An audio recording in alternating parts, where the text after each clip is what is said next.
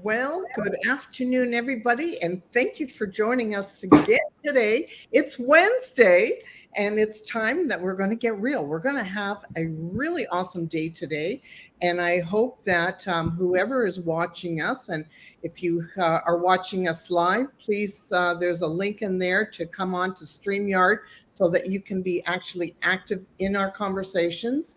And also, we are going to be dealing with a very important subject matter, which Nicole will tell us all about in one moment. But remember, this is really important. So I want you to make sure get your pens and papers out and take some notes. And if anybody that you know could benefit from this, pass it on to them. The whole idea for us doing these shows is that we all continue to grow. So, Nicole, please take away and tell everybody about what's happening. I am so excited that we have this upcoming guest here that will be on in a few minutes. Her name is Sherist. She is absolutely amazing. I'm just sitting here looking over her bio and I don't even know where to start. And I know her, but I'm just like, I'm awed by how much she's done. She is the founder at We Empower World. And that is a community of heart-centered entrepreneurs that are here to change the world. She is the founder and president of We Empower ACEs, which is a 501c3. And that's what we're going to be talking about today, our ACEs, and that is adverse childhood experiences. My goodness, she has started a virtual staff that she put together as a business, helping women in foreign countries to get work. She built an orphanage for 45 children. I can't tell you how impressed I am by this lady, but the best part is she's my friend and kind of my partner in crime when I get to Scottsdale. I've never met anybody quite like her, and I'm very excited that she's here, and I can't wait to introduce her to you, and you'll get to know her like I do. So with that, Sherist, I'm so excited you're here today. Hello, everyone. I'm so excited to be here too. Hi, Glenda. Hi, Nicole. And what a beautiful introduction. Like I'm holding back the tears. Well, girl, I'm telling you, I'm sitting here looking at this and it's like, it would take me half this show to read all the accomplishments that you've done in your short time here. And I don't even know where you want to start with this because there's so much that you've done. But one of the things that I think is so important is the work you've done with ACEs, with the adverse childhood experiences. And I don't know how you want to start with that or go into that, but I think that would be a good segue into letting us know what that is, what happens with people that are affected by it, and how you've jumped into many communities and helped people with that. Yeah, and you know what? I want to start with, like you said, in such short time, you just hit a nerve right there because for a long period of my life, I thought I only had a short term on this planet. Like I really felt that. I felt like I wasn't going to make it to my 30th year. And so when I hit 30, I thought I wasn't going to make it to 40. I don't know why. And I just felt this burning need to do so much because I didn't think that I was actually going to be here that long. So, which gives me chills to think I am going to be 49 this year and I'm not going anywhere. That thought is way out of my head such a long time ago. Girl, we're keeping you around for a long time. I'm thrilled to hear that because that's a crazy feeling to have that you don't think you're going to be around. Mm-hmm. So, I'm thrilled and I'm excited because I want to learn and hear about a lot of this because I know what you're about to talk to us about affects so many people. It's a lot of the people that I coach with. So please start by let's get into this before we lose any more time. Yeah, let's get into this. So ACEs, right? We're talking about that. ACEs stands for Adverse Childhood Experiences. And basically, it's another term for toxic stress, abuse, trauma. A lot of people don't always resonate with trauma, even though you experience trauma as a child. But it also means perceived trauma. So there's this misconception that a trauma has to be so huge. But oftentimes, the accumulation of multiple different traumas can lead to the same thing as what they call the big T trauma, but also depending on your perception, your perspective, both, something that to one may be considered small is a big trauma to someone else. And oftentimes we don't even know that trauma is in our driver's seats of our lives, our businesses, raising our children, our families, our relationships. And so what I'll give you a short brief on what it is. So in the 1900s, CDC and Kaiser decided to do a study on how traumatic events as a child, 0 to 17 years old, affected long-time health issues. And so they studied at the time only 10 different ACEs, and there now is known to be so many, but they studied abuse. So there's 10, right? So abuse comes in 3 forms. By the way, really quick, I forgot the disclaimer. When we talk about trauma, it can be very, very easy to be triggered. And so if anyone here feels triggered by anything, shut us off, walk away, go breathe, take a moment, but know that the more awareness that you bring to yourself, the more control, the more better outcomes you're going to have, because ACEs isn't a life sentence. So I know now. I thought it was my life sentence, but it was not. And so I want you to know that you can step away and then you can always listen to this later. So don't force yourself to listen to this if you're feeling any anxiety, anything starting to come up. Okay. So back to the types of trauma, and this is why it's important. So abuse comes in 3 forms, according to what they studied: physical, emotional, and sexual. And then there's neglect, which is also physical and emotional. Those are 5. Then the other 5 were household dysfunctions. And the ones they studied was a child living with someone that had mental health, some type of mental health issues. And by the way, depression, which I had depression, is a mental health condition that children struggle with their parents having mental health. A relative that's incarcerated, at first they said parent, but it really can be a close relative because that affects a child in like loss. Mother treated violently was the initial thing they studied. And afterwards they came out and said domestic violence, period. It doesn't matter what form or who or how. Living with a family member that has substance abuse.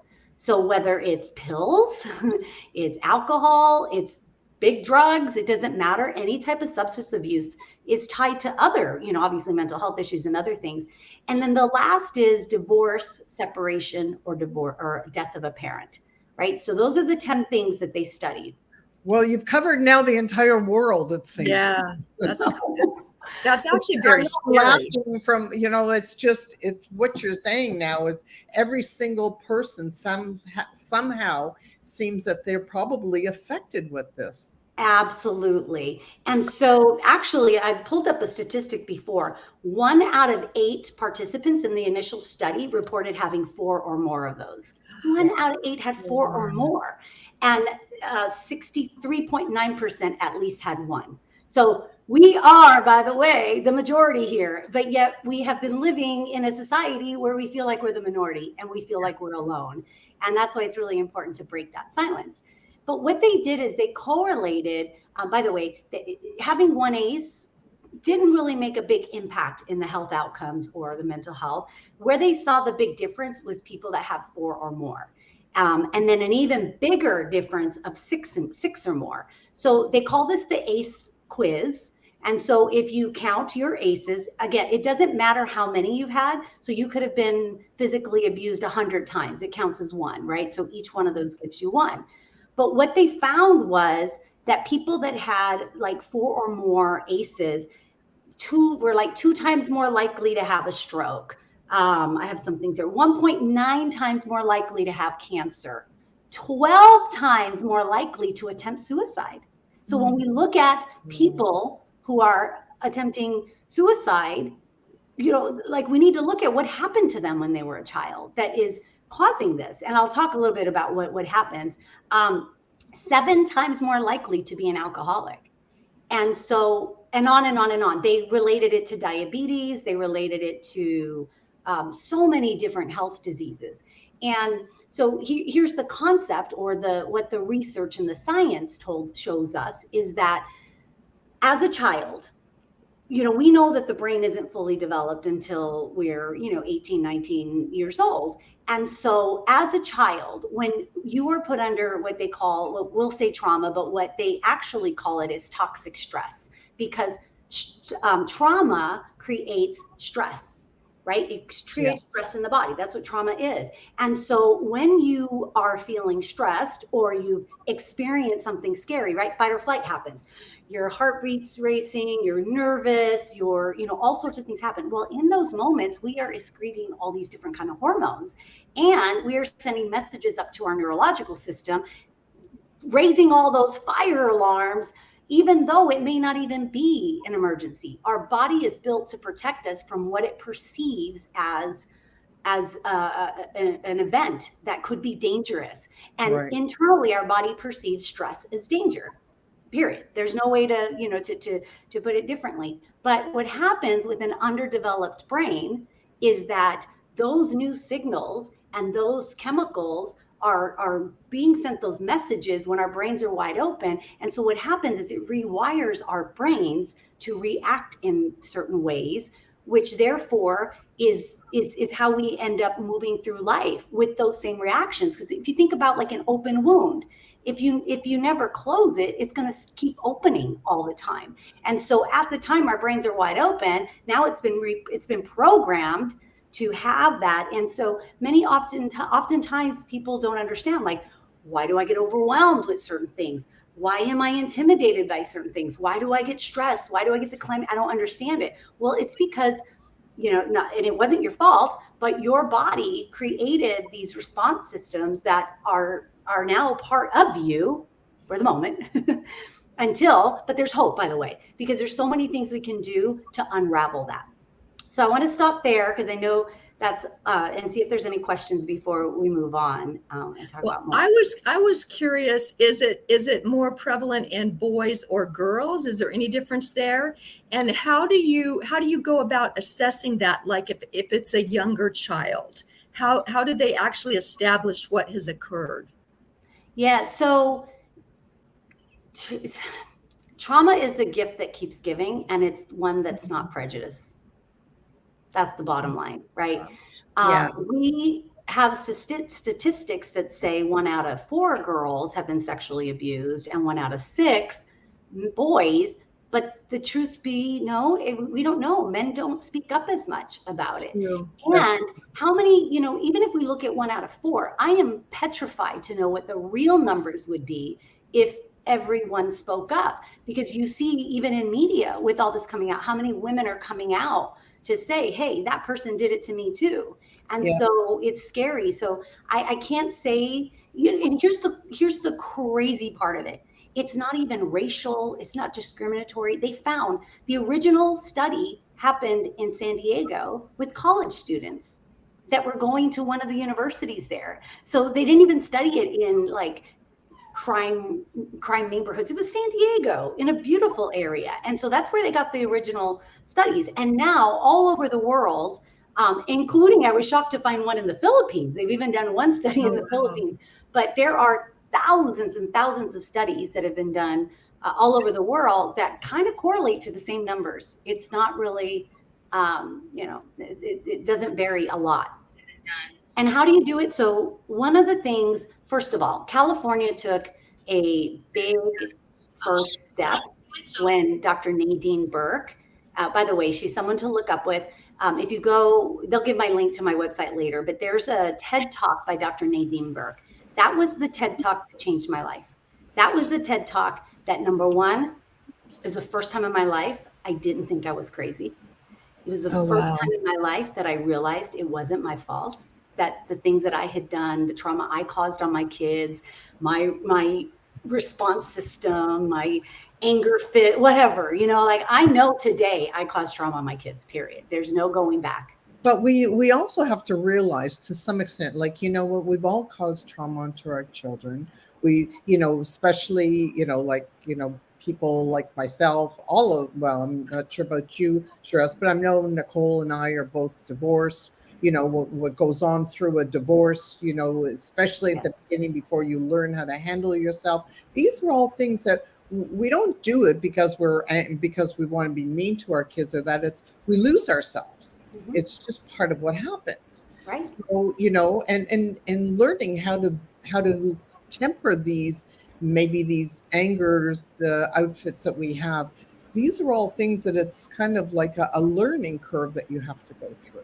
Right. And I feel it doesn't have to be a learning curve, because if we have enough awareness out there, like you invited me here today to be able to talk about this and Right. start to raise that awareness that this isn't a death sentence. This isn't something like we can all, I'm trying to think of a better word than overcome. And I said, try, sorry. I usually don't do that, but I'm looking for another word, because it's not that we're overcoming it, but it's, it's that coping, and I don't like that word. Managing, Managing maybe. is probably better, but really being able to thrive post-trauma, right? And being able to share that we can, by the way, everyone, reverse our DNA. Science tells us that now. We can reverse our DNA. And I've absolutely done that. I know 100% that I have reversed my DNA by a lot of the things that I've been doing.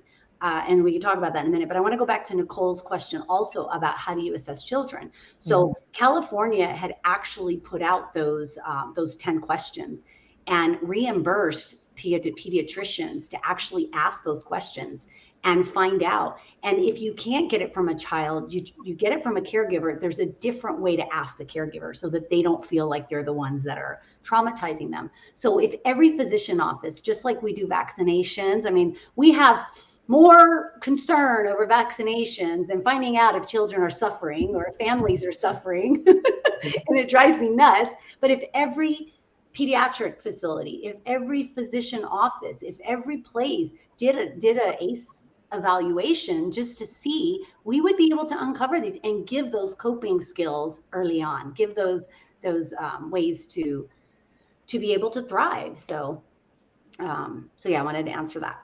Thank you so much. It's just, it's something that's crazy because, with Glenda talking about divorce, I didn't even know I was in trauma at the time to where you are actually passing it to your children, or they can feel your angst or your heartbreak. So I can't even imagine. My children weren't fully grown, but, little kids are so vulnerable. That's where my heart really goes out to the little ones. And it's heartbreaking. Yeah. Go ahead.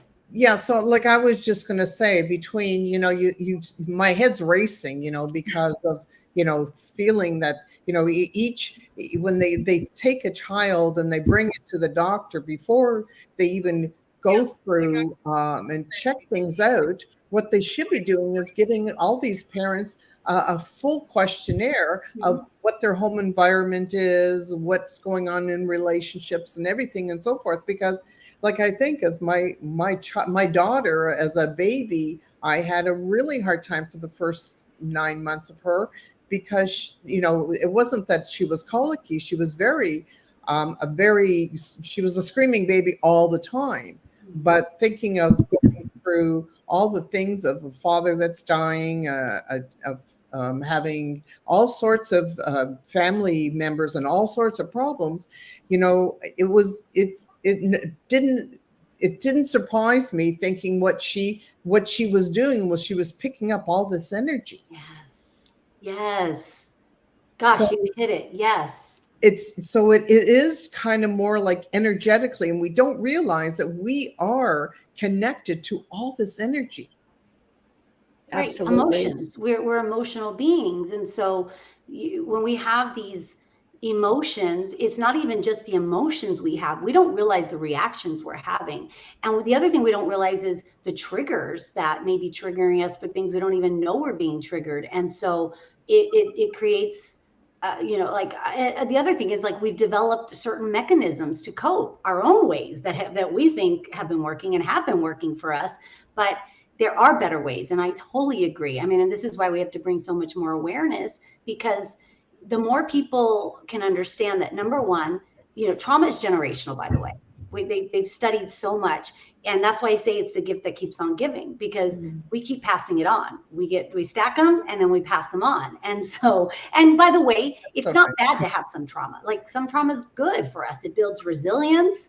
It builds coping mechanisms, but it's when we have that toxic level, right? When we reach that 4 that level number 4 and above on that ACE score is where we start to see that the nervous system, the DNAs, and all those things are getting rewritten from what we originally came to Earth in, right, with a clean slate. So one of the things I want to make sure I remind everybody, one of the biggest things, and we'll talk about trauma informed. So there's trauma informed care, there's trauma conscious care, there's trauma informed communities. So we could start to build these trauma informed spaces. But the first place to start, anyone who's listening, whether it's you or anyone else you see around, if we can stop saying or asking what's wrong with that person, we see someone with mental health and we say, oh, what's wrong with them? And, we're so judgmental without realizing it's because we don't understand it. But if we simply change the question to what happened to that person? What happened to them? And that was a big change. And by the way, Oprah Winfrey, when she found out about ACEs, she goes on record all the time to say it changed everything she did. All of her business changed, all of the schools in Africa, they all went to trauma-informed centers because she realized how important it was. And she actually just came out with a book called What Happened to You? And so it's really changed, and it's beautiful. It's with a doctor, and they explain all of this. They talk about ACEs. I mean, so when Oprah picks something up, it's not for her to do it. It's important. But it is important to all of us because of what everybody is being exposed to. And like you're saying, of the traumas of everyday life. Mm-hmm. But when you start adding all up the everyday life, then it becomes overwhelming. And the problem is it's what you're saying of what you've been subject to, but it's most important of how we can start to understand and acknowledge things more so than anything else. I think this is why we're doing this, is because we all need to be exposed and understand more of what we're all dealing with in our world today. Absolutely. And what struck a nerve with me, Sherist, is when you said how we look at people. What's wrong with that person? So what you're doing by doing that is you're compounding everything for them. You're making them feel worse. You're judging them. And if you've already got those issues to begin with and someone isn't kind or has an open heart or open listening, all you're doing is making it worse for that particular person. And I mean, when I think about that's so hard for me to think that I could have at some point before I became more aware of everything really made someone feel bad or useless or, like they were nothing. And I just sit there. I'm like, oh my goodness, that's horrible. It's absolutely horrible. But it's so beautiful. It's beautiful to awaken to that and to realize that, because if we stay asleep and we continue to do those things, even though it's painful, and to think, oh my gosh, I probably caused some pain on some people, but to think of now our rest of our lives moving forward, how we can actually help people by not doing that. I like to explain it as every single one of us is walking around with like loaded guns or darts. Like we are constantly just shooting at people without just our looks, our feelings, our emotions. Yeah, we're so judgmental. Mm-hmm. Yeah, we are. And by nature we are. And the way to combat that is every time you want to do that, change the question. What happened to that person? It takes you to a compassionate place.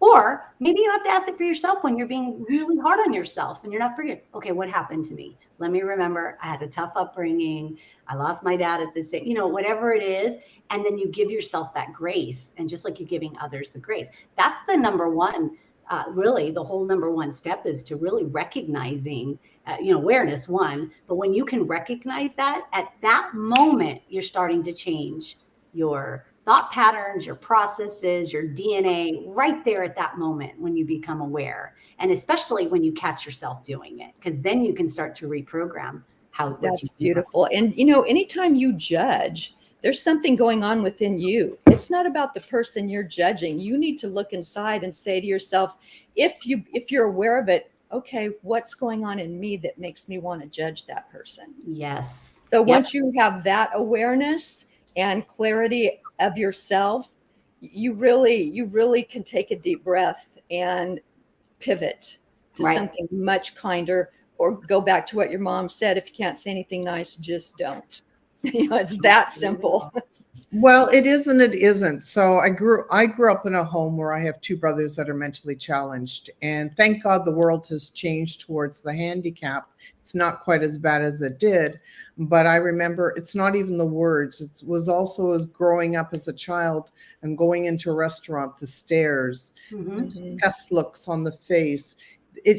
You felt it all. They felt it, and they, knowing in their own hearts that they were very different. So all of these things, we have to learn to have more. What it is understanding and compassion, and as well as knowledge. So now that we know what's going on, how can people deal with this just on a little bit better of a level, so that they maybe be a little easier on themselves if they find themselves lashing out at things, and can come back, like you said, to start going through a checklist of, this is what I've gone through in my life?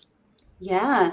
So first, there's this thing, if anyone wants to look at it, there's something called counter ACEs, and that'll also help you understand. So they ended up doing some research on people who had high ACEs but didn't have those the same issues as others, right?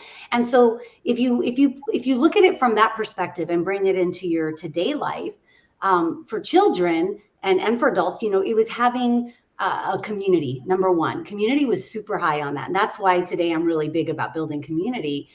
Number two, having someone that you trust and that you can go to. Because part of what happens is when we get triggered, we go back to that lonely young girl or lonely young child that didn't have a voice and couldn't say anything. And by the way, don't blame yourself. It's just a natural response that that roadmap's been printed there. We can't do anything about it until we know and we change it, right? So at the next time that something happens like that, is to remember to reach out to somebody that you trust, because being able to express this and talk about it is a huge part of it. The other thing is they found, for instance, children. So if you have a child that's been through some trauma and they're still at the young ages, them having a good relationship at school made a huge difference. For adults, having a great relationship with your colleagues at work or in business, right? Being able to have that. It goes back to a lot of community. People who felt purpose, believe it or not, right? So what I like to suggest is let's find something that's going to fire you up. I believe that me doing all these things that I did, me working down on Skid Row with the homeless, me working with the women in the women's shelter, me building an orphanage and being all that, that was me finding purpose, because I didn't know how I was going to live. To me, like I said, I didn't understand what was going on. And so being connected to something bigger than me that was impacting other people was actually rewiring, because of all those great hormones that were happening. So I didn't know that just doing that was rewiring my brain, the neural pathways and everything. So having purpose, enjoying things. So I think a lot of people, we don't sometimes spend a lot of time hobbies. So they found like people that had certain type of hobbies and things they really love doing, they had better outcomes afterwards. So if you start to implement things like that and really are diligent, that's number one. But other things that I have grown to embrace so much is breathing. You can look up like Wim Hof method. His is an easy one to do. But if you can get a practice of breathing in once a day, if you can, 15 minutes. What I didn't understand early on, and I'm going to tell you all now, breathing is the pathway of everything that flows through our body. Without breath, the blood doesn't flow through. And so with that, it's also the control system of our nervous system, right? So even if you don't feel anything now and you're not stressed out, if you practice breathing, you're teaching your nervous system to stay at a regulated state instead of fight or flight immediately. And so for many years, I was stuck in fight or flight. Now I'm hardly in there. I love it. I finally, and so being able to breathe, movement, exercise was something really big, and they've proven that.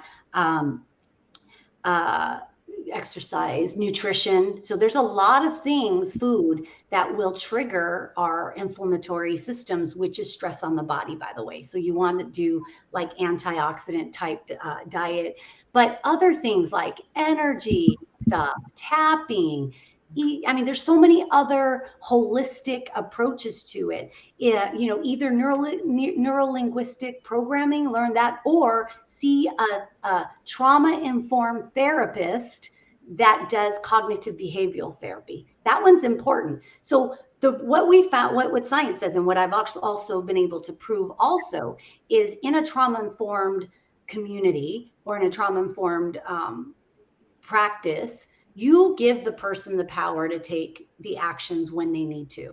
And so most oftentimes we're told you need to get over it, or you know, you have to take these and all this stuff. And that's the wrong approach, because we need to empower people, because once they're ready and say yes, then everything changes overnight, right? So it's all about giving people options and choices and letting them know the pro and the con to doing this. You make the choice. And that's what a trauma-informed practice does too. You know what I love the most about this is you brought up the use of our bodies, which are absolutely amazing, a holistic approach instead of medicines or something that just masks the symptoms.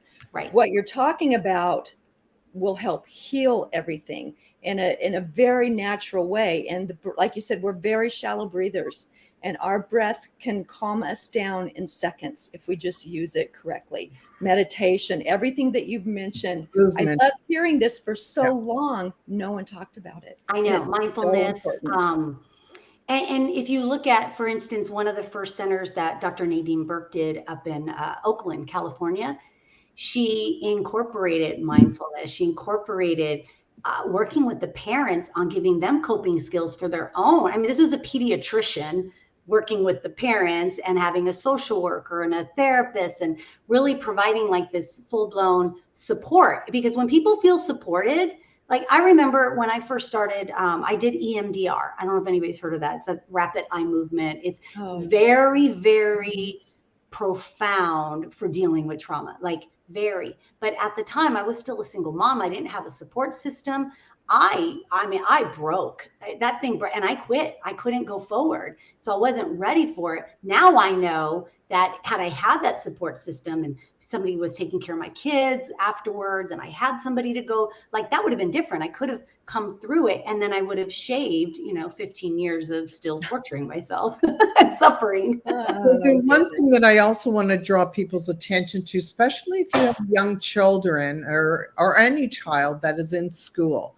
I was a very active parent. I was lucky that I was able to be active in my kids' schooling. And the one thing that I did that I always say, because I know some parents go, they don't want to get involved, they don't want to get in the way.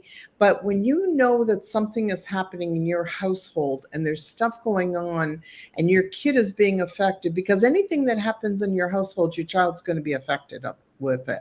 So is to get involved in your school and go to the teachers and go to the counselors and tell them what's going on. When we let people into our houses, per se, into our lives and let them and share that knowledge is huge, because then a teacher can actually go to that child, because they get to know, hopefully, that child, because the children, if they're spending days or a great amount of time, they will know that child's personality. And if they see that child cowering back or personality change, they know something's going on, and they will have that ability at that point, because they understand that they can actually go, and even a simple thing by putting your hand on their shoulder and saying, you know what, I'm here for you. It's all it really takes, is knowing that you're being supported and you're not in this life, in this world by yourself. Oh, that's so important. And in a trauma-informed community, you would get your, like if you go to church or a local community, you would involve your pastor or your priest or whatever. You would involve your teachers. Police officers should be trauma informed, trained. So people in the community, because what happens, like you just said, that support system, people understand what is happening to you, not what's wrong with you. Right. And as a parent, that's really hard to do, because we judge ourselves. It's my fault that this happened. But you have to take that away, because that's what's causing all this continual generation to generation. Like, we have to forgive ourselves for one of my donors, one of the people who donated a lot in the Philippines to help me build our trauma-informed orphanage, he had no idea about ACEs. And by the way, he had a score of 0 and I have a perfect 10. And so we would clash on some things. Like I just didn't get why he didn't get things. And I remember one day him saying, well, you don't know what you don't know.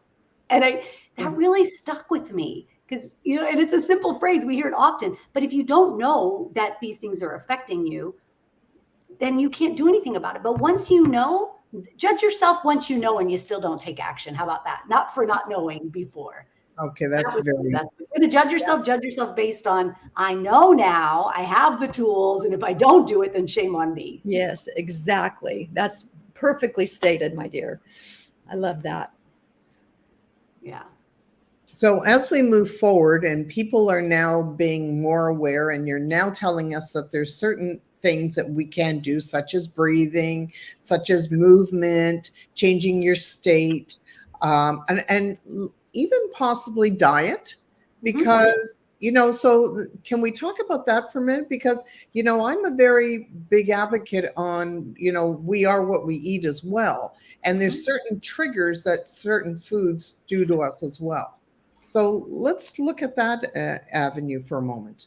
Yeah. So if you're someone that knows you were prone to, or, you were exposed to a lot of trauma when you were younger, the statistics change if that ACE score is when you're an adult, because a lot of times it's like trauma you can overcome with therapy. It's not like stuck with you because your brain is already fully developed. But these are still things that when you're going through a traumatic event in your life that you should still consider. And so anything that causes stress on the body, right? If you think about, even alcohol, let's say alcohol is toxic. And I have a drink here nowadays. I used to drink a lot though. I used to drink a lot and I didn't realize that it really affected me, but it's toxic to the body. So what's going to happen is the body is going to spend all its resources attempting to get rid of that toxicity. And it's not spending those resources helping you with your coping system, with your neurological system, with all of those other things.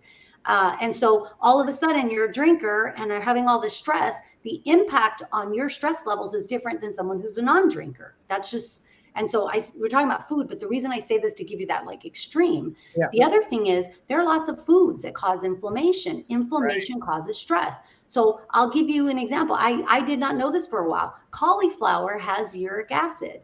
So if you're somebody that gets a lot of inflammation, guess what? Cauliflower is not good for you. I just had to take it out of my diet and my pain levels decreased quite a bit.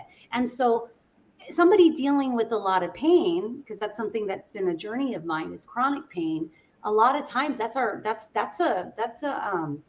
confused, unwired nervous system that's not knowing how to properly cope and perceive those receptors, right? So being able to eat foods that aren't going to cause as much stress on the body, obviously packaged foods, processed foods are the worst. Processed foods are, even if you have no trauma, it's the worst. Anything frozen in a box or in a packet, you want everything fresh. Well, exactly. You want your body to be able to work to its best level. And certain things, especially, many of us have food intolerances. So our body is already talking to us that way. So, again, it's something that I always preach. It's being so attuned to what do you feel like when everything is going really great, how well and how great you feel. And then you eat something all of a sudden and your body reacts. Right. Being in tune. And the same thing is this, it's also being in tune when you get involved with people and they're very stressful to you. There's a lot of times we can get involved with people that actually are hard on us. They actually deflate us instead of inflate us. Those are the people we need to stay away from. But for something like this is also very much, when you talked about earlier about for verbal abuse, if you're around people that are screaming and yelling all the time and you've been through that, I'm sure that must be a trigger. Let's it is. Triggers for a moment. Exactly. And sometimes what happens is that triggers, like it's already open, and we're so used to, we were born used to that we don't realize that it's triggering us. We're just going back to that space. We're going back to that comfort. In a way, it could be comfort only because, I mean, you see people that keep going back into these toxic relationships after one-on-one. It's because that's what's become the norm for them, or that's what's comfortable, or that's where they feel they develop the love or the relationships or the community. And so knowing that you have the choice to change the circle you hang out with, the people you're around. You want to pick people. I mean, you're trauma aware now, okay? So whoever's watching this, you are now aware. And so now you get to decide who and what you want to be, how you want to react. What people do you need in your circle that's going to believe in you, that's going to support you, uplift you, empower you, all of these things. And I, at 25 years old, completely left the state I was living, my entire family, because I needed to I needed to surround myself with with something that was going to help me change my mindset. And so sometimes you have to take drastic things. Now, after 23 years, I'm back in that state that I left. And I'm a different person with a different mindset, with a lot of coping skills. And a lot of downtime right now that I have to do a lot of, because life is different. And so I just want to remind everybody, you have the choice. You really do. Sherist, I'm curious because you talk about people getting into a pattern of comfort because it's what they're used to. And they've never really experienced anything else other than that particular environment that has created this. If you were dealing with an adult per se, how would you talk to them or show them or even try to convince them that there is another way that they can avoid this type of life? I know you've probably come in contact with them. How do you get them to pivot without, creating anger or more stress or animosity? Yeah. So one of the things we have to be aware, especially now that you know this, that not everybody is going to digest this the same way you do. Right. And so some people at first are going to be very triggered by this, and they're going to be like, no, no, no. And so in my journey, especially with people that don't understand this, very oftentimes in a very calm way, when people are talking about something, I open up the possibilities of thinking another way. So it's funny, if I was at dinner with someone on Sunday, and it got brought up about the homeless and how they're weak and how, it's a problem. And I waited for the moment. I said, actually, most of people who are homeless had very difficult childhoods. And I know we all have had difficult childhoods also, but there's so many other variations. They may not have had family members. They may not have had support. They may not, maybe that they lived, so I just started to paint a different picture, to look at it different. And so sometimes what I do is when I know someone's being triggered, I'll paint that picture about someone else. I won't tie it to them. I'll show the examples as if it's someone else so that you can see it. Because when it's tied to us, we don't always see it. But showing those possibilities also. And I think the biggest thing too is for us to walk the walk too, to really when I started to be able to speak my story and talk about, and by the way, me coming about ACEs has to do with my own struggles, right? And so I was so glad that I landed on it, because it literally saved my life to understand this. And so sometimes even talking your own story to show people that, I too experienced that, but I did X, Y, Z, and it was a long journey, but it takes a little bit of work, and I'd be glad, so it's really different with people. But what we do have to know, in a trauma-informed environment, you don't shove and push, and you don't say, you need to do this, you have to do this. That makes it worse, and that's what most people do. So a gentle guide versus you shoving it in their face type situation. And you plant seeds, don't you? You're planting a little seed with your story. I love that. I love that. Well, it's just like the fact of a person that needs to go on a diet. The worst thing you can do to somebody is tell them that they need to go on a diet. Right. It just doesn't work. There's always a thing when you're having a conversation, is just what you just said, is sit back and listen and feel when is the right time to put something in. And it's not saying you're fat, you need to get on a diet. It's just, I enjoy eating certain types of foods or whatever, but being aware and having that compassion for that person, what they're in. Until COVID, I used to do every winter. I used to go and work with the homeless, and I would go where they would go and they would have a meal, and a portion of them would sleep over, and there were. And I remember the initial time that I went to the first time that I went, I was asked to go in because they needed some extra help. And then after that, after I started to get to know these people and talk to these people, it was amazing of listening to their stories and feeling that they were just like me, except the fact that life wasn't as kind. Somehow something happened in their life, which could have been this right here, what you're talking about, that there was one too many knocks down that knocked them out. Right. Instead of, when you look back, I think some of I had a teacher that I didn't even realize created any type of impact in my life. But I remember, I came from a domestic violence home, and my dad, everybody, all the teachers, principal were afraid of him. Like, we were that family, right? And so having relationships with teachers they didn't like me because they just didn't like our family. And there was this one teacher in, my ninth grade or sophomore year, I don't remember, but she was like, she would just come up to me and say, you know what, you are one of the smartest girls I've ever met. Like, don't waste your life. You're so smart. Like, I just watched you. Like, I remember we were learning typewriting for the first time. And like, I learned how to do the whole thing in like a week while everybody was barely on like 1 or 2. Like, I was just such a fast, and I look at her like, you don't know what you're talking about. No, I'm dumb. I'm stupid. My parents tell me that, and don't tell me those things. And then I'd want to quit. Like, I'd not show up at class because I couldn't handle her compliments. But years later on, I was like, wow, that was a seed she planted in me. So that one thing could be the difference in me not being homeless and still being a drug addict. Right. Exactly. Who knows, right? We don't know, but it's those little things that count. And so maybe that person who's still homeless, still a drug addict, didn't have that many people, didn't have those little angels that came to tap them on the shoulder. Who knows? We don't know.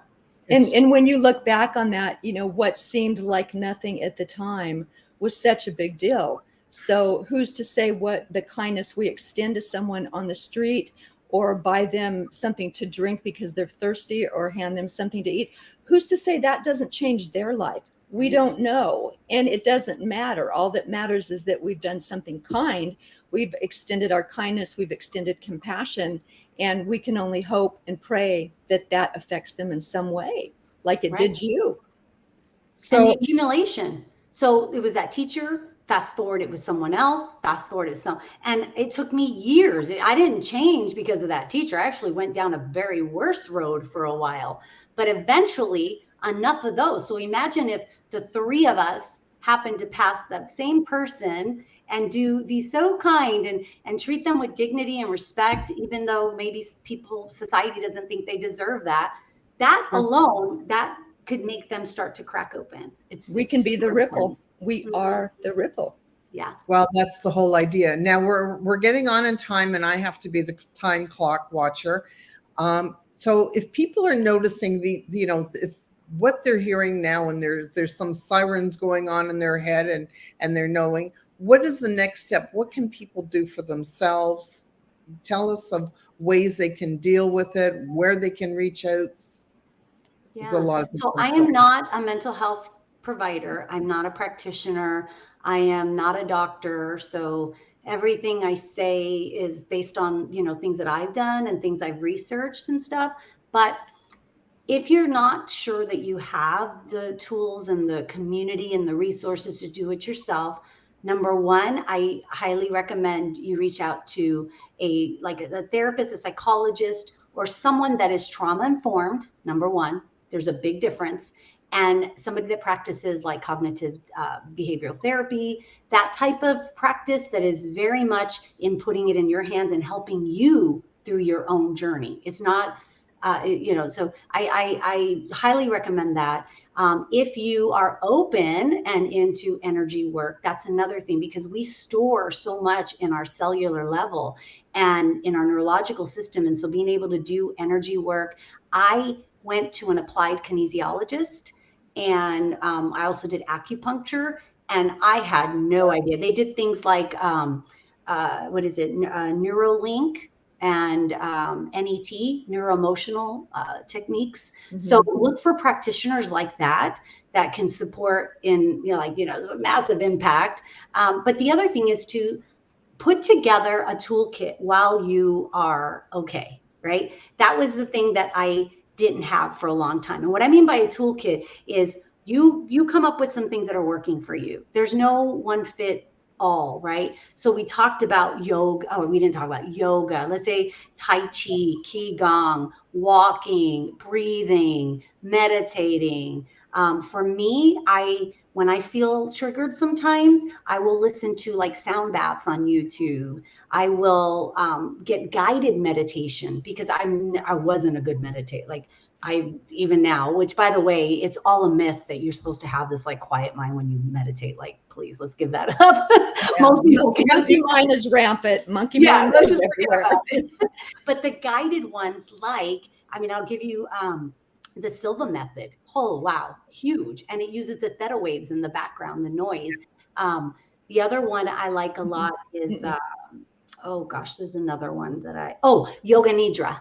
And it's a meditation type thing too. So those are things that helps you connect to each part of your body. And in that starts to help you calm down your nervous system. So if you practice that outside of being triggered, but also one of the things that's important is when you are triggered, this is like all of us, we tend to lose like our coping. Like we go to, I don't know what to do.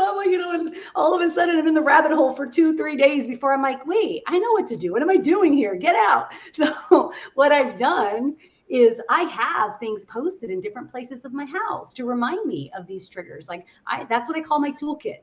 And so I could go and go, oh yeah, duh, let's start breathing right now. But we have to make some of these things more of a habit.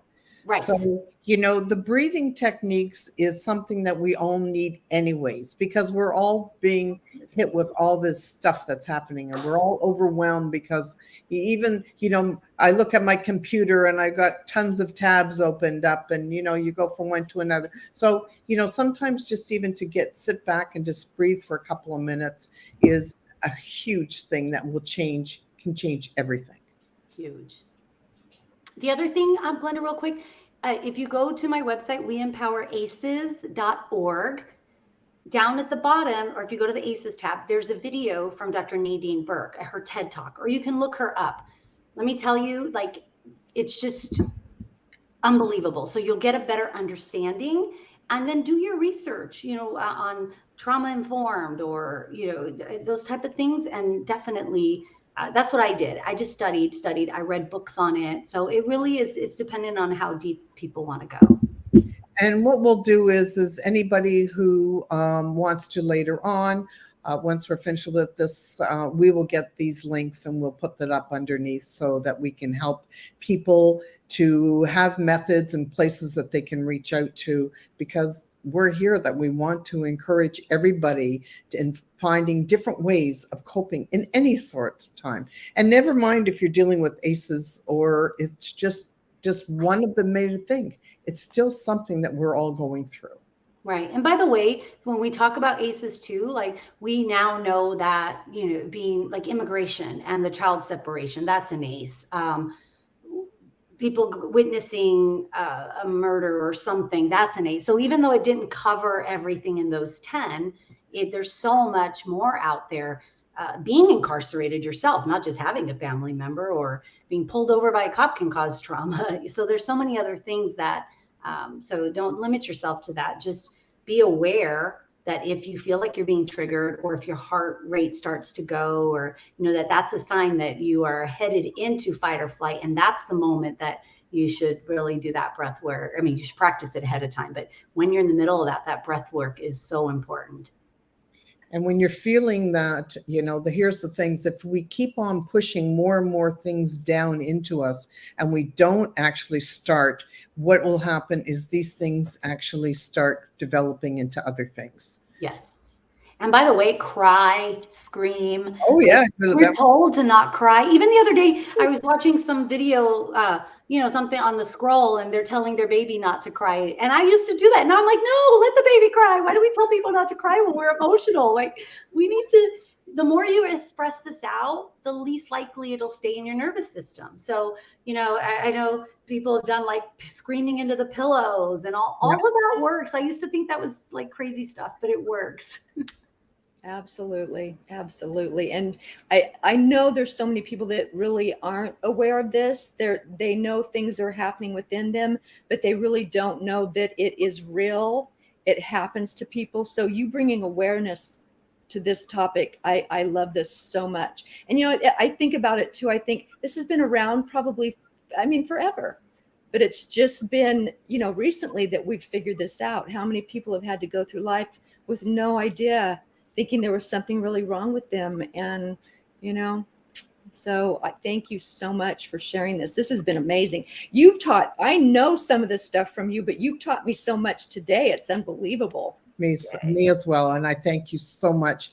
And we are in our last couple of minutes. So can you share with one other nugget, since you've already dropped a million as it is, one more that we can tell people that might help them during something that happens in their life? Yeah. We need to stop blaming ourselves. And I spent a lot of time in that blame, and blame initiates and triggers shame. And so, shame is the lowest vibration we can vibrate in. And when we feel shameful, it's really hard to live a good life. It's really hard to feel good about ourselves. It's really hard to feel good about our choices and the things we do. So really releasing that blame, and that every moment, like even if you mess up, this today, you're aware, and you go out and you do something, at that moment, you have to stop again. And you have to go to Nicole, the forgiveness, right?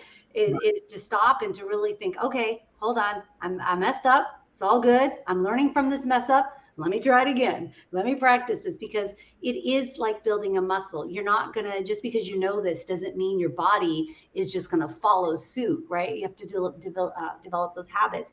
And the other thing to be aware of is that in our business, like we carry this forth in our businesses. And so one thing I want you to think about in the decisions you make, ask yourself, is the trauma me running this show, or am I running the show?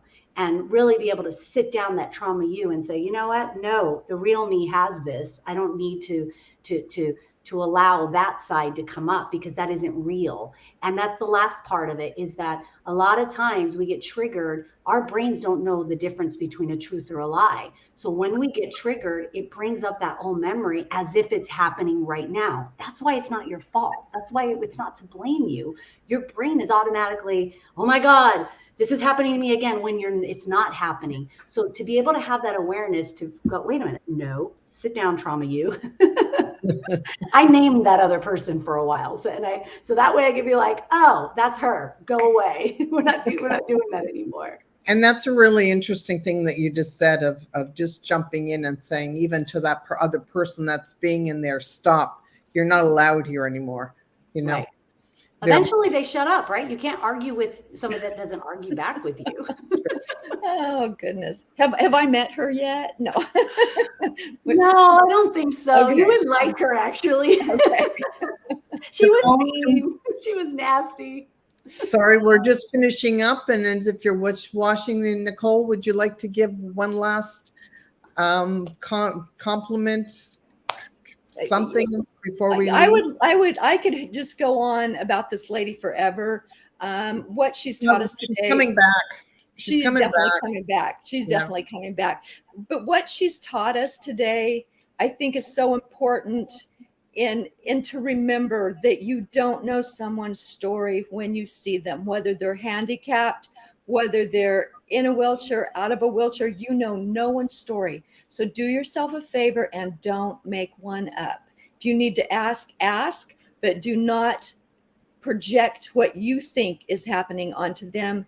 And by far and away, forgiveness and compassion will be your best friend. And on that note, I want to say thank you very much for giving us your time and teaching us so much information. We're definitely having you back because you've got more to share with us. But for anyone watching, all I say is just lead with love and kindness. And if you do that, the world will be a hell of a lot better. Absolutely. Amen. Thank you so much, everybody. Thank you for watching. Please, again, I want you, if you're watching this, love us, send us some comments. But most importantly, before we jump off, share this. We got to let people know about this. And we will put all the links below after this is over. Thank you so much, everybody. I want to thank you for all your time and all the wonderful things we learned today.